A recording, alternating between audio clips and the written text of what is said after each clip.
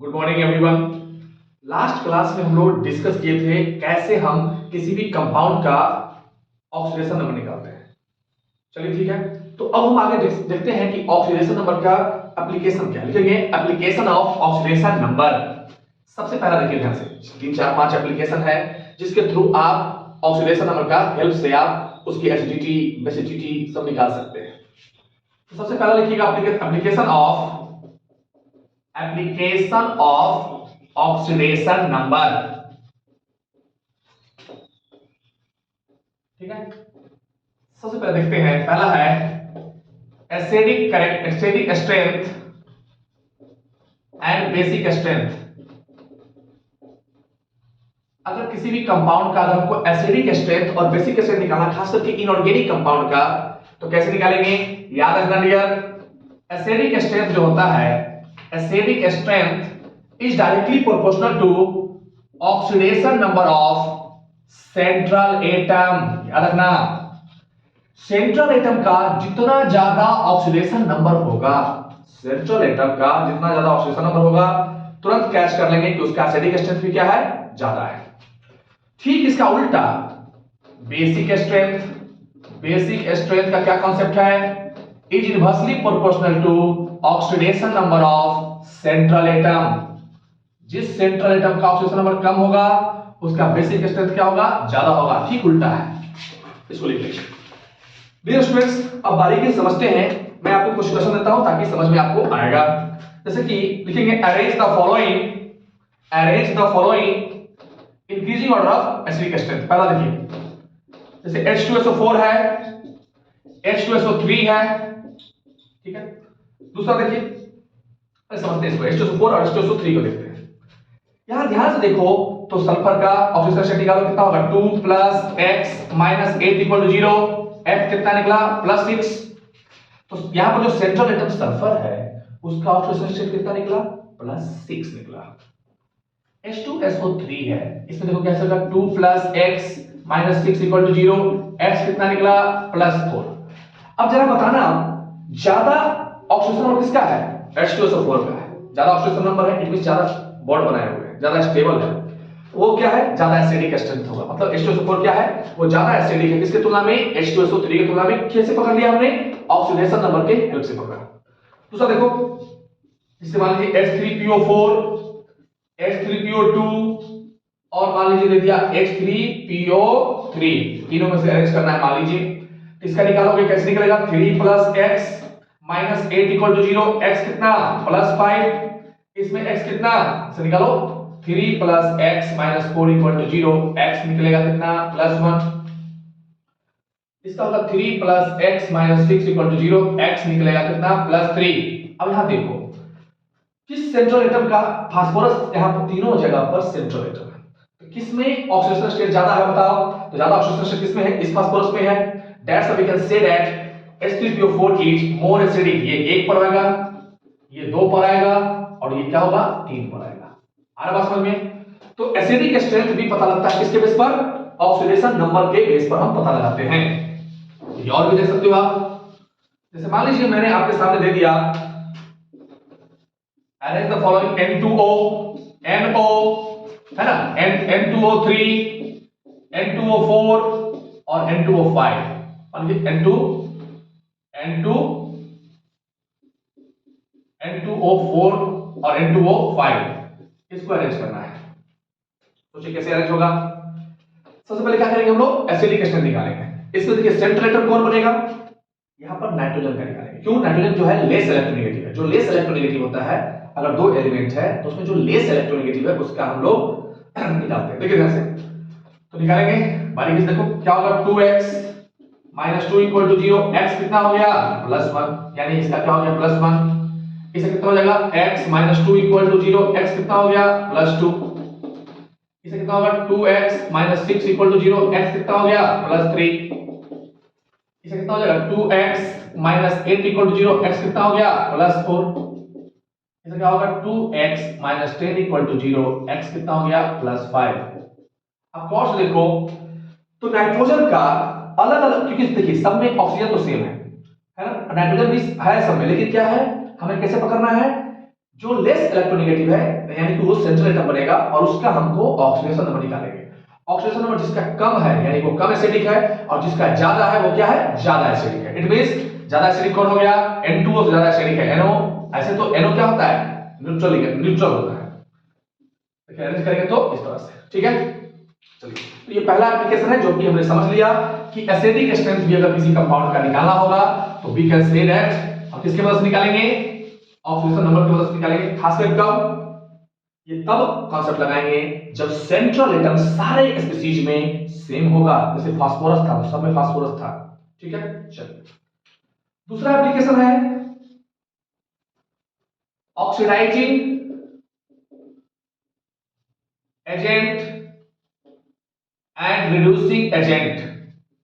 Oxidising agent and reducing agent ये कैसे पकड़ते हैं, एक तरफ बताऊं ऑक्सीडाइजिंग एजेंट और दूसरा तरफ क्या, रिड्यूसिंग एजेंट।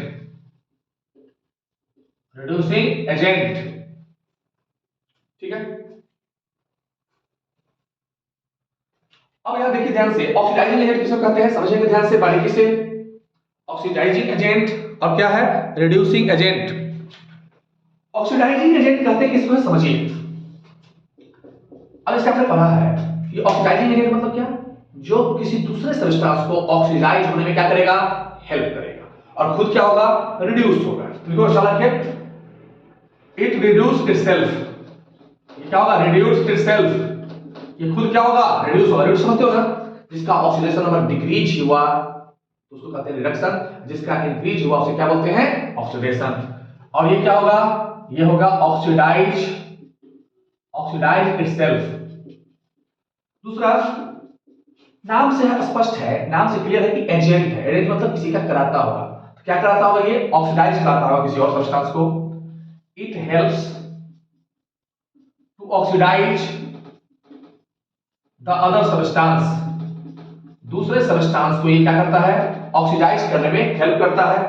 और ये क्या करता है, it helps to reduce the other substance, other substance को क्या करता है, रिड्यूस करने में हेल्प करता है। खास करके याद रखना जितने भी लुईस एसिड हैं, जितने भी लुईस एसिड होते हैं, लुईस एसिड समझते हो ना, ऐसा एसिड जिसमें सेंट्रल एटम में 8 इलेक्ट्रॉन से अगर कम इलेक्ट्रॉन होता है उसे क्या बोलते हैं, लुईस एसिड बोलते हैं। जैसे कि AlCl3 है, लुईस एसिड है ना, AlH3 है ना, BH3 है, ये सब क्या है, लुईस एसिड है। मतलब जिसमें जो सेंट्रल एटम कौन है, इसमें एल्युमिनियम, यदि इसके पास इलेक्ट्रॉन डिफिशिएंट है मतलब 8 से कम है, जैसे एल्युमिनियम का अपना होता है 3 और क्लोरीन का 3 लिया तो कितना मिला, 6 हुआ, मात्र 6 हुआ। दैट्स व्हाई लुईस साहब ने इसको एक कांसेप्ट पर डेवलप किया और इसे क्या बोला, लुईस एसिड बोला। तो जितने भी लुईस एसिड होंगे सब क्या होंगे, ऑक्सीडाइजिंग एजेंट होंगे। और लुईस बेस जो होगा वो क्या होगा, रिड्यूसिंग एजेंट होगा। जैसे कि NH3 हो गया, BH3 हो गया, सब क्या है, रिड्यूसिंग एजेंट होगा। क्योंकि लुईस बेस किसको कहते हैं, जिसके सेंट्रल एटम के पास 8 या 8 से ज्यादा इलेक्ट्रॉन। आप गौर से देखो तो नाइट्रोजन के पास कितना इलेक्ट्रॉन है, नाइट्रोजन ऐसे अपना इसका 5 वैलेंस इलेक्ट्रॉन है और 3 हाइड्रोजन का कितना मिल गया, 8। That's why it is called क्या, लुईस बेस। ठीक है। अब देखिए कांसेप्ट क्लियर करना है कि ऑक्सीडाइजिंग एजेंट और रिड्यूसिंग एजेंट का भी नेचर कौन पता लगाता है, ऑक्सीडेशन नंबर की हेल्प से हम पता लगा सकते हैं कि कौन ऑक्सीडाइजिंग एजेंट है और कौन रिड्यूसिंग एजेंट है। पहला इसमें ए लिखेगा, if central atom shows their maximum valence, maximum oxidation state, then it behaves as oxidising agent. याद रखना, अगर कोई सेंट्रल एटम है और वो अगर अपना मैक्सिमम ऑक्सीडेशन स्टेट को शो करता है तो किसकी तरह बिहेव करेगा, ऑक्सीडाइजिंग एजेंट की तरह बिहेव करेगा। जैसे देखिए KMnO4 है, इसमें मैग्नीशियम क्या है, सेंट्रल एटम। इसका निकालेंगे तो 1 + x - 8 = 0। x कितना हो गया, +7। और आप जानते हो ना कि मैग्नीज का हाईएस्ट ऑक्सीडेशन स्टेट कितना होता है, हाईएस्ट ऑक्सीडेशन स्टेट होता है मैग्नीशियम कितना, 7। दैट्स व्हाई KMnO4 किसकी तरह बिहेव करेगा, KMnO4 बिहेव करेगा ऑक्सीडाइजिंग एजेंट की तरह बिहेव करेगा। किसकी तरह बिहेव करेगा, ऑक्सीडाइजिंग एजेंट की तरह बिहेव करेगा। उसी तरह से K2Cr2O7 क्रोमियम का निकालो, क्या हो गया? पोटेशियम किस में है? अल्कली मेटल में है। उसकी वैलेंसी उसकी ऑक्सीडेशन कितना लेंगे? +1। 2 into 1 2 plus 2x minus 14 equal to 0। x कितना हो गया? +6। और आपको मैंने जब बताया था तो क्रोमियम का मैक्सिमम रेंज क्या है? 6, और ये अभी मैक्सिमम रेंज में एग्जिस्ट कर रहा है ना, तो इस कारण से K2Cr2O7 पूरा का पूरा क्या करेगा? किसकी तरह बिहेव करेगा? ऑक्सीडाइजिंग एजेंट की तरह बिहेव करेगा। जैसे मान लीजिए H2SO4 है, ये देखिए 2 plus x minus K equal to 0, x कितना? +6। यहाँ पर सल्फर देखिए अपने सबसे हाईएस्ट ऑक्सीडेशन स्टेट में है ना, तो इसलिए H2SO4 को किसके रूप में बिहेव करेंगे? किसके रूप में इस्तेमाल करेंगे? ऑक्सीडाइजिंग एजेंट के रूप में इस्तेमाल होगा। यानी किसी को जब ऑक्सीडाइज कराना हो तो हम इन सभी सब्सटेंस का यूज करेंगे जो अपने मैक्सिमम ऑक्सीडेशन स्टेट में एग्जिस्ट करते हैं, माने शो करते हैं। केस नंबर बी लिखेंगे। बी में लिखेगा if central atom shows minimum oxidation state, then it behaves as किसकी तरह? then it behaves as reducing agent। याद रखना, reducing agent कैसे पकड़ना है reducing agent को? कंसेप्ट ये पूछेगा, which of the following is reducing agent। जैसे मान लीजिए एग्जांपल देखिए PH3, उसके बाद NH3, ये सब क्या है? रिड्यूसिंग एजेंट है। और कैसे है समझिए, ये कांसेप्ट को भी क्लियर किसने किया? ऑक्सीडेशन नंबर ने क्लियर किया। फास्फोरस, फास्फोरस का कितना ऑक्सीडेशन? X। और यहां देखिए फास्फोरस और हाइड्रोजन में ज्यादा इलेक्ट्रोनेगेटिव कौन? फास्फोरस के बाद होता है ना हाइड्रोजन, यानी फास्फोरस से लेस इलेक्ट्रोनेगेटिव हाइड्रोजन है, तो यहां पर क्या लेंगे? प्लस लेंगे, तो 1 into 3 equal to 0। 0 क्यों? क्योंकि इस पर कोई भी चार्ज नहीं है, तो x माइनस कितना हो गया? x equal to -3। यहां पर गौर से देखिए, उसी तरह से इसका भी कितना निकलेगा? -3। तो नाइट्रोजन और फास्फोरस दोनों का आपको याद होगा ग्रुप नंबर 15 में लिखवाया था n-8 to n। n क्या है? n है नंबर ऑफ वैलेंस इलेक्ट्रॉन। तो नंबर ऑफ वैलेंस इलेक्ट्रॉन कितना है? नंबर ऑफ वैलेंस इलेक्ट्रॉन कितना है? उसमें से क्या कर घटाएगा? क्या होगा? -3। तो -3 क्या है? ग्रुप 15 का लोअर ऑक्सीडेशन स्टेट है। दैट्स व्हाई जब भी कोई central atom lower oxidation state में एग्जिस्ट करता है तो किसकी तरह बिहेव करेगा? रिड्यूसिंग एजेंट की तरह बिहेव करेगा। तो PH3NH3 क्या है? रिड्यूसिंग एजेंट है। तो इस तरह से आप आराम से जस्टिफाई कर सकते हो कि कौन रिड्यूसिंग एजेंट है और कौन ऑक्सीडाइजिंग एजेंट है। जी देखिए, अगर सेंट्रल एटम सोच intermediate oxidation state, then it can act as reducing agent as well as oxidizing agent। याद रखना, जैसे कि सल्फर है, सल्फर का मिनिमम ऑक्सीडेशन कितना है? -2 और मैक्सिमम कितना है? 6। तो -2 और 6, -2 रहेगा, जब वो -2 में आएगा तो वो बिहेव करेगा रिड्यूसिंग एजेंट की तरह, जब वो 6 आएगा तो बिहेव करेगा ऑक्सीडाइजिंग एजेंट की तरह, और जब बीच में होगा -1 से लेकर के 5 तक तो किस तरह बिहेव करेगा? वो डिपेंड करेगा अलग अलग सिचुएशन पर, अलग अलग कंडीशन पर। जैसे मान लीजिए H2SO3 है, HNO2 है, यहां पर देखो sir 2 plus x minus 6 equal to 0। x कितना? +4। ये +4 लाई कर रहा है ना -2 और 6 के बीच में, -2 और 6 के बीच में लाई कर रहा है। क्या कर सकते हैं? H2SO3 क्या है? ये ऑक्सीडाइजिंग एजेंट भी नहीं है और रिड्यूसिंग एजेंट भी है, दोनों तरह बिहेव कर सकता है, और सामने वाला को जिस जैसा सब्सटेंस होगा उसकी तरह बिहेव करेगा। HNO2 देखिए ध्यान से, 1 plus x minus 4 equal to 0। x कितना हो गया? +3। और आप जानते हो ना कि नाइट्रोजन का मैक्सिमम कितना होता है? +5। That's why it can behave as क्या? Oxidising agent as well as reducing agent. चलो, तो इस तरह से हम लोग आसानी से पकड़ सकते हैं कि कौन ऑक्सीडाइजिंग एजेंट है और कौन रिड्यूसिंग एजेंट है। थर्ड एप्लीकेशन लिखते हैं, देखो application number third. Application number third यानी क्या है? determination of the formula of the compound। किसी भी कंपाउंड का अगर फॉर्मूला के बारे में पता लगाना है तो ऑक्सीडेशन नंबर इसका सबसे अच्छा तरीका है। ठीक है, कॉन्सेप्ट क्लियर करिए। ऑक्सीडेशन स्टेट लिखेगा, ऑक्सीडेशन स्टेट ऑफ कंपाउंड, कोई भी कंपाउंड का ऑक्सीडेशन स्टेट किसके बराबर होता है? याद रखना, 0 के बराबर। इस कॉन्सेप्ट को किसी भी कंपाउंड का ऑक्सीडेशन स्टेट कितने किसके बराबर होगा? 0 के बराबर। यानी जो जो कंस्टिट्यूएंट एटम से मिलकर बना है वो कंपाउंड, प्रत्येक का हम क्या करेंगे, ऑक्सीडेशन स्टेट निकालेंगे और उसको ऐड करेंगे। यदि हमें जीरो मिला तो हम समझेंगे क्या है वो, कंपाउंड का फॉर्मूला है। क्वेश्चन देखिए, एक क्वेश्चन लिखिएगा। देखो कंपाउंड, एक कंपाउंड है, compound contains 3 elements X, Y, Z with oxidation number +6, -1, -2 respectively. Then possible formula is, possible formula is क्या होगा, possible formula बताना है, सोच के बताइए क्या होगा। पॉसिबल फॉर्मूला बताना है क्या होगा। अब देखिए ऑप्शन देखिए आपके पास है, ऑप्शन क्या है, x y2 z2 x y4 z है, सी ऑप्शन है x y2 z3 और डी ऑप्शन है बोथ 1 and 3। तो कैसे पकड़ेंगे, देखिए ध्यान से, किसी भी कंपाउंड का अगर फॉर्मूला निकालना हो तो कैसे पकड़ेंगे। सबसे पहले उसको चेक करेंगे, जिसका ऑक्सीडेशन नंबर 0 हो गया इट मींस वो कंपाउंड का फॉर्मूला है। देखो यहां पर x का ऑक्सीडेशन स्टेट कितना है 6, तो 6 लिख दिया।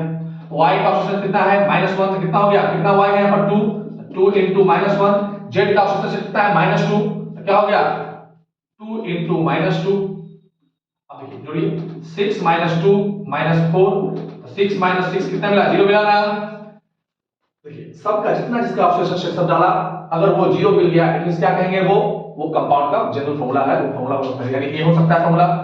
अब इसका देखिए x y 4 z है, x का बताओ कितना, x का है +6, y4 y का कितना है -1 -4 और z कितना है -2, यानी क्या हो गया, ये भी फॉर्मूला हो सकता है किसका, इसका देखो x कितना 6 -2 और -6, ये तो हो गया कितना -2 हुआ, ये 0 नहीं हुआ, जब 0 नहीं हुआ इट मींस ये फार्मूला नहीं होगा। बाकी ये दोनों फार्मूला है, ए और बी, ये ए और बी पॉसिबल फार्मूला हो सकता है, यदि कौन सा आंसर होगा 1 and 2, डी हमारा आंसर।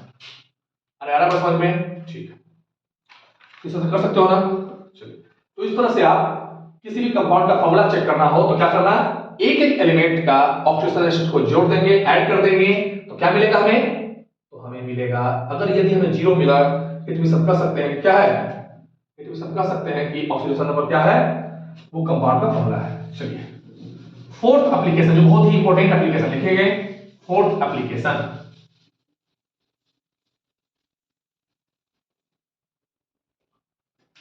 फोर्थ एप्लीकेशन लिखेंगे, डिटर्मिनेशन ऑफ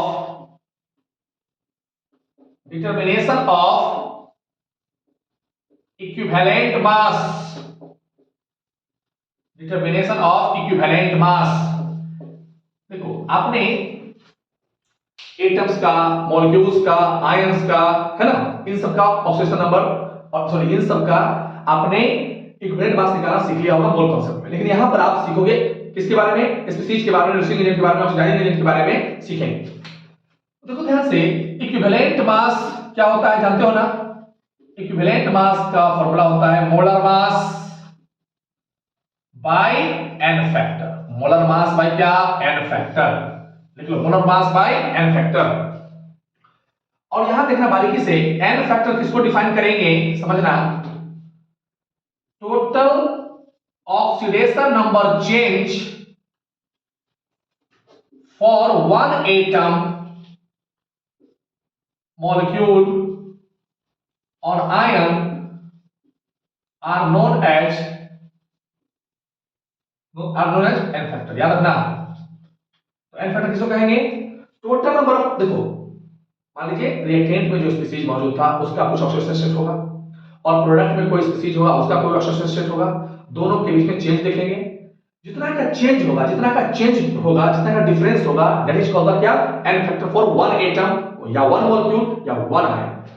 लेकिन अगर मान लीजिए पूरे स्पीशीज का निकालना हो तो कैसे निकालेंगे, तो उसके लिए n फैक्टर कैसे निकालेंगे, याद रखना टोटल फैक्टर कैसे निकालेंगे, ऐसे चेंज, डेल्टा मतलब क्या, चेंज इन ऑक्सीडेशन नंबर यानी delta into number of atoms, जितने नंबर ऑफ एटम्स होंगे या स्पीशीज होंगे उसको मल्टीप्लाई कर देंगे तो n फैक्टर में निकल जाएगा। ठीक है, इसको लिख लीजिएगा। टोटल नंबर ऑफ क्या? Number of atom. चलिए कुछ क्वेश्चन करते हैं इस पर, तब आपको और अच्छे से समझ में आएगा। देखिए क्वेश्चन देखिए ध्यान से, ध्यान देखिए।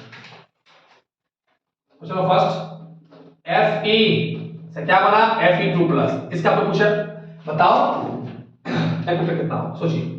Fe ऑक्सीजन नंबर कितना है इसका? ये अभी क्या है? एटॉमिक स्टेट में है, नेगेटिव स्टेट में है, तो इसका ऑक्सीजन नंबर कितना होगा? 0। और कितना हो गया? 2। कितना का चेंज हुआ ऑक्सीजन नंबर बताओ? ऑक्सीडेशन नंबर चेंज हुआ ना, 0 से 2 हुआ ना, कितना का चेंज हुआ? चेंज इन ऑक्सीजन नंबर कितना का हुआ? 2 का चेंज हुआ। ठीक है, और यहां पर आयरन जो है कितना एटम है? तो यहां पर n फैक्टर कितना हो गया इसका? इसका n फैक्टर हो गया 2, और यहां पर आयरन एक एटम है इसलिए 2 into 1। अगर यहां पर 2 होता तो 2 into 2 कर देते, तो n फैक्टर कितना हो गया? 2। अगर इसी का इक्विवेलेंट वेट पूछे आयरन का तो क्या कहोगे? मोलर मास, माने मोलर मास मतलब m by n factor. n factor कितना है इसका? 2, इसका n क्या हो गया? m/2 हो जाएगा ना इसका इक्विवेलेंट वेट। दूसरा देखिए, I माइनस से क्या बना? I2 बना। इसका उत्तर है इक्वेशन कैसे निकालेंगे? I माइनस क्या होगा इसका? -1। ये कितना होगा? 0। कितना का चेंज हुआ? 1 का चेंज हुआ। कितना का चेंज हुआ? 1 का। और हमेशा रिएक्टेंट की तरफ देखेंगे, कितना रिएक्टेंट की तरफ देखेंगे कितना नंबर ऑफ एटम है। तो इसका देखो, इसका n फैक्टर कितना हो गया? इसका n फैक्टर हो जाएगा 1 तो हो गया, और यहां पर नंबर ऑफ एटम कितना है? एक ही है, तो 1 into 1 you will get 1। That's why equivalent weight of iodine कितना हो जाएगा? Molar weight by 1। थर्ड देखिए,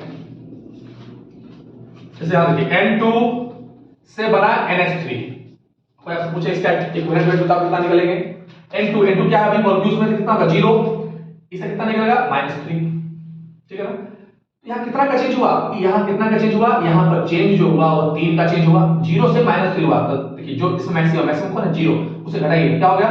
-3 का चेंज हमेशा पॉजिटिव ले सकते हैं। ठीक है, अच्छा तो ये चेंज कितने एटम के लिए हुआ? एक एटम के लिए चेंज हुआ। ये जो चेंज हुआ कितने एटम के लिए चेंज हुआ? एक के लिए। लेकिन यहाँ नाइट्रोजन है कितना? यहाँ नाइट्रोजन है 2, तो इसका n फैक्टर कितना हो गया? n फैक्टर हो जाएगा 3 into 2 क्या होगा? 6। यानी इसका इक्विवेलेंट वेट कितना होगा? इक्विवेलेंट वेट होगा मोलर वेट बाय 6। हो गया, हो गया। ठीक है, फोर्थ देखो, देखिए Cr2O7 2- से क्या बना? Cr3+। अब देखिए इसका निकालना है इक्विवेलेंट वेट, कैसे निकालेंगे? निकालो इसका 2x - 14 = -2। x कितना हो गया? +6। यानी इसका कितना ऑप्शन हो गया? +6, और ये +3। 6 से क्या हुआ? 3। 6 से क्या हो गया? 3। तो कितना का चेंज हुआ बताओ? चेंज हुआ ना 3 का? अरे 6 से 3 हुआ, कितना का चेंज कितना हुआ? 3 का चेंज हुआ। तो यहां पर देखिए क्रोमियम, तो n फैक्टर कितना होगा टोटल क्रोमियम का? ऑफ क्रोमियम, यहां क्रोमियम के कितने एटम है बताओ? यहां पर क्रोमियम का एक नहीं है, कितना एटम है? 2। तो एक के लिए 3 चेंज हुआ। अगर एक क्रोमियम होता तो 3 चेंज, यहां पर कितना क्रोमियम है? 2, तो कितना होगा? 3 into 2 you will get 6। तो इसका इक्विवेलेंट वेट कितना हो जाएगा? m/6। m/6। ठीक है,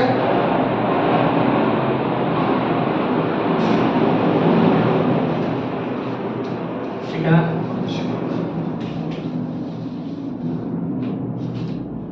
आप पॉज करते रहो, लिख सकते हो। अब देखिए यहां पर पांचवा H2O2 से क्या बना? O2।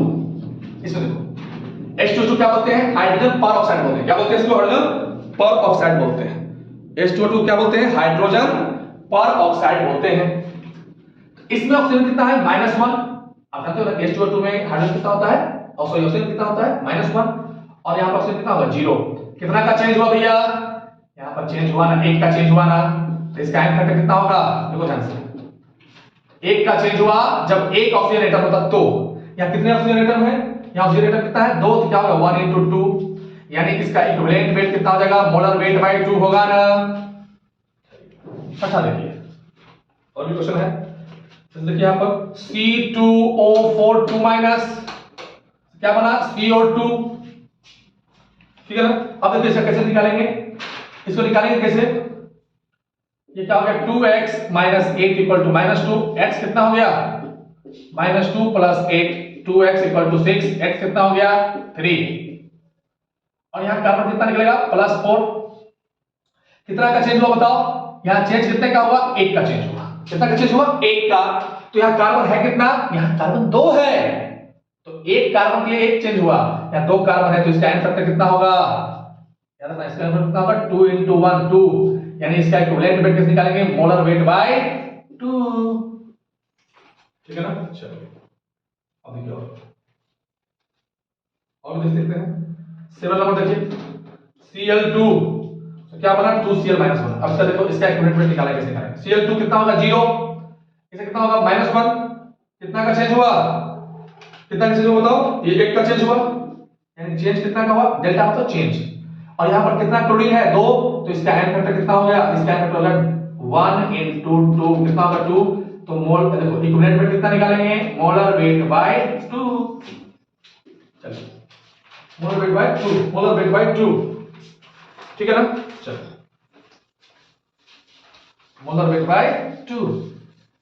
अब मैं इसमें 5 अच्छा क्वेश्चन कराना चाहता हूं, यहां देखिए H2O3 2 माइनस प्लस I2, तो क्या बना S4O6 2 माइनस, और क्या है I माइनस, इसमें निकालना है आपका, ठीक है, क्या निकालना है एन फैक्टर, ठीक है।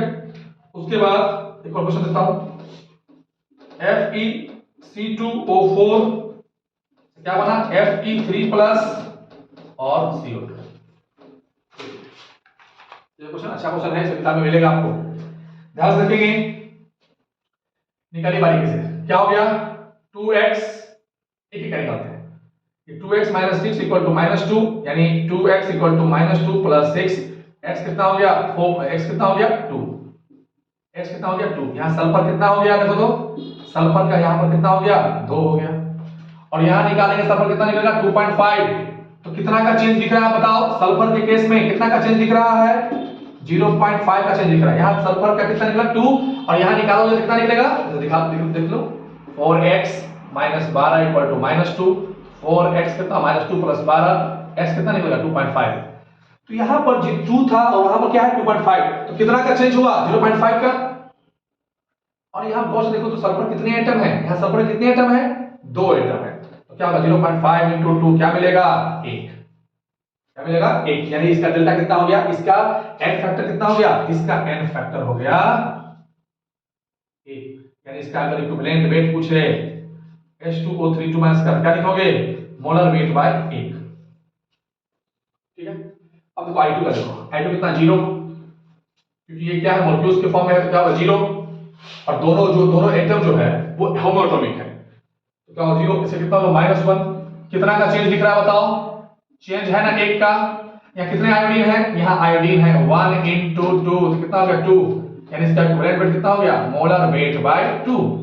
तो इस तरह से आप किसी भी कंपाउंड का आप कितना इसका एन फैक्टर होगा वो निकाल सकते हैं। Thank you so much and take care. इस तरह से प्रैक्टिस कीजिए और रिवीजन कीजिए। Thank you so much.